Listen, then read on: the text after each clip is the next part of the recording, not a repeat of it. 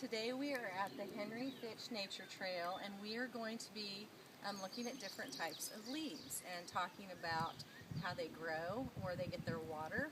So right now let's take a little look around. We're going to walk around and pick out some leaves and see what we can learn about them. If you look over here, there's all kinds of plants in the grass, and we have all kinds of different trees. The first thing I want to point out is that some trees have plants on them that are called moss. And moss grows up the trees in the crevices on the bark, and if you feel it, it's kind of fuzzy feeling. Now, moss is a non-vascular plant, which means it doesn't have the same types of leaves, and it gets its water from a different way as well. The non-vascular plants takes the moisture directly, like when it rains or off the tree branches, and it goes directly into the little fuzzy leaves, and that's how it grows. And it'll grow in shady spots because that's where it can get more moisture.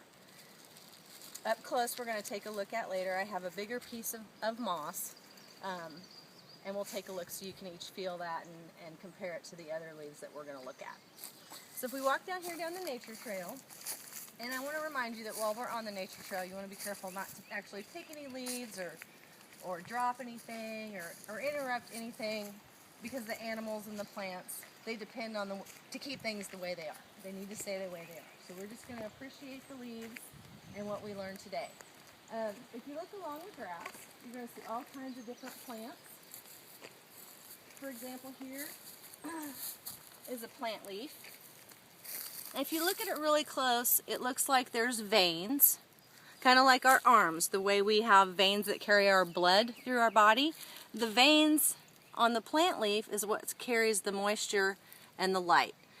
The plants will grow because of a thing called photosynthesis, and that's where the leaves absorb the light as well as the moisture, and it's transported down through their little stems.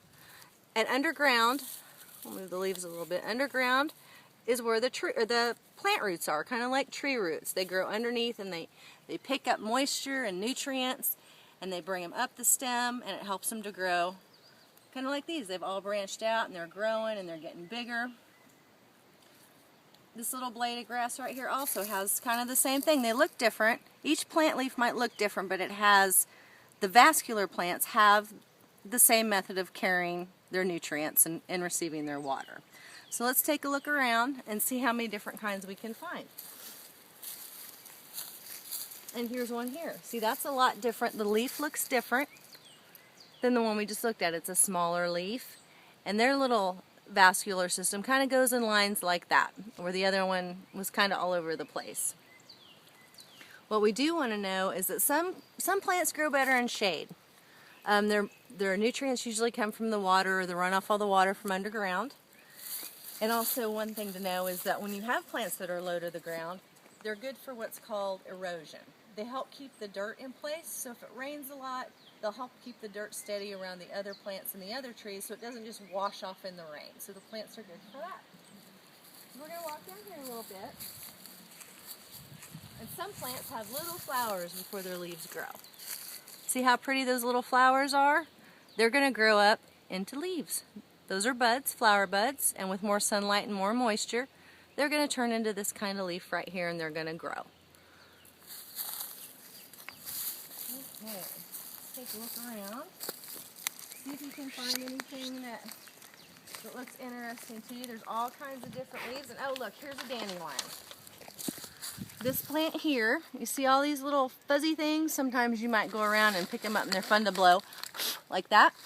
When you blow, the little white fluffy things are going to spread through the ground, and they're gonna take root in the ground. So they're gonna grow roots, and they're gonna come up, and they're gonna be dandelions. You know, the little funny yellow flowers that are in your yard, and it seems like every day there's more and more and more. That's because they grow really quickly, but they're transmitted through the little seeds. And if you take a close look at that, you see the seed on the end? Right there. That's what actually makes the dandelions grow. Okay. Well, I want you to take a look around. We're going to look at different plant leaves. And also there's a little picnic area up here. Let's look and see what we can find on the way. Oh, look at these little leaves. This is actually for the tree, though. off the trees that are going to sprout new trees and new leaves. And those are really pretty. See the flowers and the little baby leaf? Little baby leaf. It's going to grow to be a big leaf the more water and sunlight that it gets. I just want you to take a look around. You're going to touch the tree bark. You're going to see some more moss. Just like that. Some of it's not as fuzzy as others. But this one's more of a yellow color. But that again, moss, it gets its growth and its moisture directly from the rain or the water that runs down the trees when it rains. Okay. Oh, look, this tree has a name for it. It's called a honey locust. At this nature preserve, a lot of the trees and plants are labeled. So if you want to bring your parents out or your friends out, you can go through and tell them what you've learned today about the moss and show them on the honey locust. And look at their different types of leaves and show them, you know, how the vascular system works with the little vein looking things in the leaves.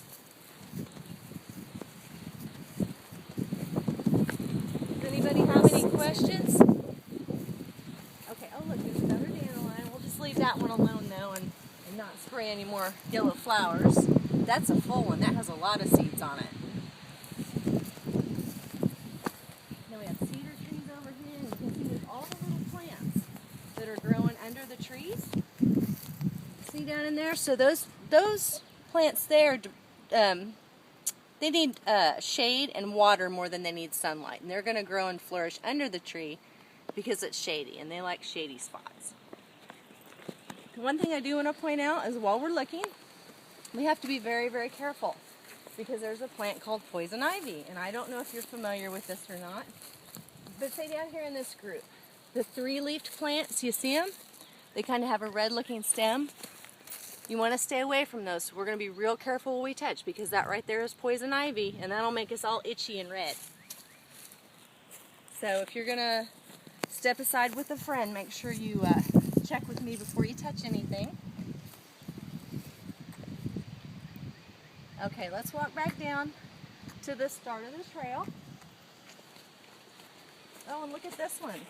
This is kind of a funny looking plant with its little baby leaves. It's really soft and the stem's really soft. It's got little hairs on it. It looks like it might grow close to the ground.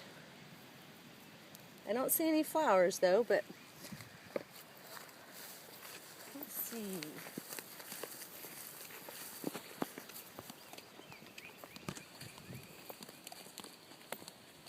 Okay, over here is where we started, and we're going to take a little break for lunch. And there's all kinds of trees out here. We're going to take up to the picnic table and talk about what we learned, and we're going to take this piece of tree bark that I brought from home, because once again they asked us not to disturb anything here in the park, and you can feel the fluffy moss. It's a really dark green, whereas the one we just looked at a minute ago was a really kind of a yellowy green color.